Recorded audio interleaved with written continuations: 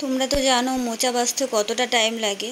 আর আগের ভিডিওতে তোমাদের সাথে শেয়ার করেছিলাম যে মোচা বেছে রান্না করছি। তো মোচা বেছে পুরোটা রান্না করিনি, অল্প রান্না করেছিলাম চিংড়ি মাছ দিয়ে, আর কিছুটা রেখে দিয়েছিলাম যে এইভাবে মোচার চপ তৈরি করব বলে।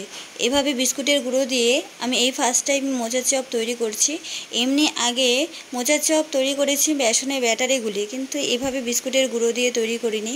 মানে বিয়ে হয়েছে ধরো 18 বছর, মানে এই ফার্স্ট টাইম আমি এইভাবে মোচার চপ তৈরি করছি। জানি না কীরকম হবে, তবে দেখতে তো খুবই ভালো হয়েছে। তো এইভাবে করে যে লাল লাল করে ভেজে নিতে হবে। সবগুলি ভাজিনি আমি, অল্পই ভাজছি, ভেজে দেখব কীরকম হয়েছে।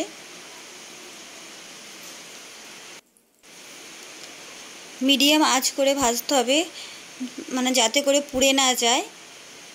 মিডিয়াম আঁচ রাখলে তাহলে ভেতরেও জিনিসটা হয়ে যাবে, আর ওপরেও খুব সুন্দর ভাজাটাও বেশ ভালো হবে। আর এরকম লাল লাল একটু ব্রাউন কালার হয়ে গেলে তখন তুলে নিতে হবে।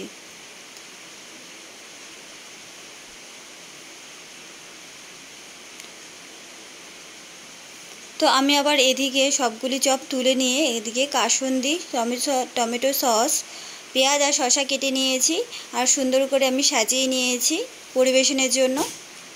তো কীরকম হয়েছে তোমাদেরকে পরে বলবো।